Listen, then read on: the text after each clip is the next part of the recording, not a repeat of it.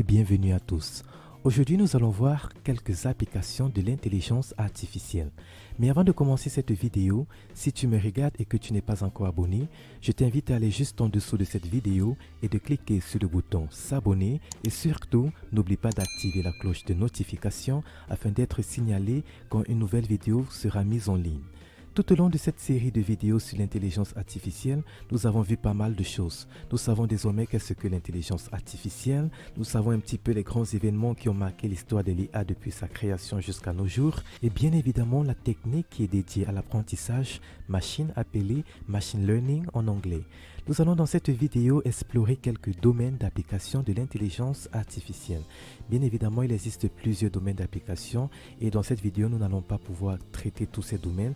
Donc, nous avons recensé quelques domaines dans lesquels nous allons étudier dans cette vidéo. Nous parlerons de la médecine, de l'agriculture, du secteur bancaire, de la sécurité, de l'industrie automobile, des réseaux sociaux ainsi que des e-commerce. La médecine est l'un des domaines où l'intelligence artificielle apporte énormément de bienfaits. Il ne s'agit pas de remplacer le lien entre le patient et le médecin, mais plutôt de le renforcer. L'intérêt ici est notamment de faciliter le suivi des patients. Le patient, pour dire tout le monde, va pouvoir obtenir des réponses à toutes ces questions de santé grâce aux chatbots. Les chatbots, en fait, ce sont des robots logiciels qui peuvent dialoguer avec un individu. Nous avons par exemple le chatbot Watson de la société IBM, qui est une technologie phare et applicable bien évidemment au domaine de la médecine. Et il est capable en fait d'effectuer des diagnostics, d'assister des médecins.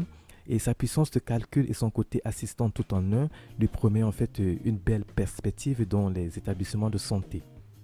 L'intelligence artificielle aide les médecins à prendre des décisions et ça va permettre aussi une plus grande précision dans l'imagerie médicale et la radiologie. Nous avons certains cancers qui sont très difficiles à identifier sur les images produites par les scanners.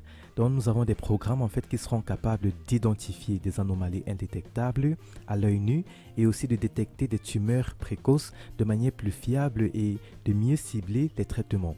L'intelligence artificielle dont par ces algorithmes vont pouvoir aider principalement à faire des diagnostics. Et en effet, la machine prescrit le même diagnostic que le médecin dans 99% des cas. Et dans 30% des cas, elle propose en fait un traitement qui sera plus adapté que les spécialistes. Et nous avons aussi de plus en plus d'interventions pratiquées par des robots chirurgicaux et des outils qui vont permettre d'améliorer le confort du chirurgien ainsi que du patient. Et cela va simplifier les suites opératoires. En fait, la robotique est en plein essor dans le domaine de la santé.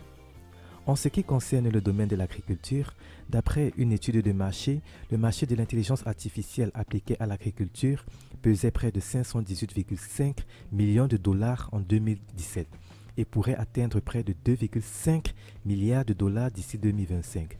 L'intelligence artificielle dans le champ agricole se déploie sur plusieurs manières. D'abord, ça va permettre d'aider en fait les agriculteurs à suivre ce qui se passe sur leur exploitation et ceci grâce aux drones et aux capteurs qui vont en fait recueillir des informations, par exemple des photos de la plantation et à l'aide du machine learning et du deep learning, les informations qui ont été recueillies vont être analysées de manière plus précise. Nous avons par exemple l'application de deep learning Plantix qui a été développée par PIT. Et en fait, cette application fonctionne comme une application de reconnaissance d'image.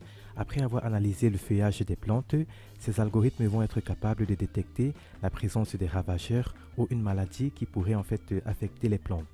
L'intelligence artificielle permet aussi d'augmenter les rendements et ceci s'appuie sur plusieurs paramètres, notamment le climat, l'état des semences ou même le sol, et ça va permettre aux agriculteurs de savoir quoi planter ou quand, quelles plantes surveiller et quand récolter. Et ceci permet d'augmenter considérablement le rendement. Le secteur de banque est l'un des plus concurrentiels. La concurrence est particulièrement rude et nécessite donc de se démarquer. Pour cela, les acteurs bancaires vont chercher à s'intéresser aux services clients. Afin donc de rester compétitifs, il est donc nécessaire pour les banques d'offrir un service de qualité et adapté aux besoins de chaque client. Les banques vont donc pouvoir anticiper les besoins et les situations de leurs clients de façon à leur apporter une réponse adéquate au bon moment. Il est donc essentiel de tout mettre en œuvre pour pouvoir anticiper et proposer un service sur mesure pour chacun des clients. Donc, dans la relation client, l'intelligence artificielle va jouer ici un rôle primordial puisqu'elle va en fait permettre aux banques ou même à des conseillers d'avoir à leur disposition des informations claires et détaillées sur chacun des clients qui va donc leur permettre d'améliorer leur expertise pour répondre aux différentes attentes. Et l'IA va donc permettre aussi de rapprocher les clients de leur banque en leur proposant un service permanent et à leur écoute. Et ceci va permettre de garder plus longtemps les clients dans la banque. En ce qui concerne la sécurité, nous avons par exemple les caméras de surveillance qui sont dotées d'intelligence artificielle qui seront capables de détecter par exemple dans les rues des gestes inappropriés et d'alerter si besoin nécessaire. Nous avons aussi par exemple dans nos smartphones des applications qui vont nous permettre de déverrouiller notre téléphone grâce à la reconnaissance faciale.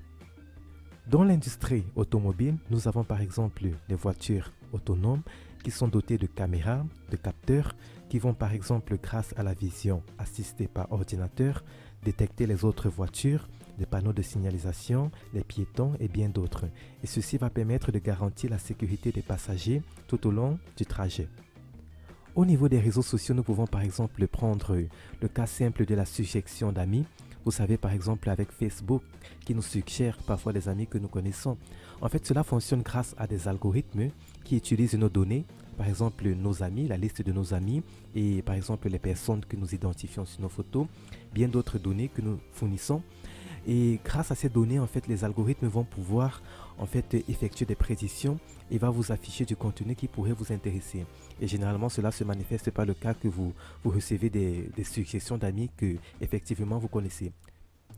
Nous avons au niveau des e-commerce, les sites de vente en ligne, des systèmes de recommandation qui vous recommandent des articles qui pourraient très probablement vous intéresser. En fait, cela fonctionne grâce à des algorithmes qui vont également à travers les données que vous générez, par exemple les articles que vous consultez régulièrement ou que vous ajoutez dans vos favoris. Et grâce à toutes ces données, ils seront capables de vous proposer du contenu qui correspond à vos goûts. Voilà, nous sommes arrivés à la fin de cette vidéo sur les applications de l'intelligence artificielle dans plusieurs domaines. Bien évidemment, nous ne pouvons pas citer tous les domaines dans cette vidéo. Mais si vous êtes intéressé par un domaine particulier qui n'a pas été abordé dans cette vidéo, vous pouvez laisser un commentaire et je ferai une vidéo là-dessus.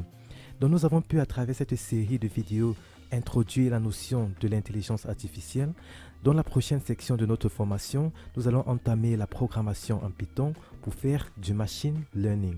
Et de temps en temps, je ferai des petites vidéos d'actualité sur le domaine de l'intelligence artificielle. Alors n'hésitez pas à vous abonner, à partager cette vidéo et on se dit à très vite pour la suite de notre formation.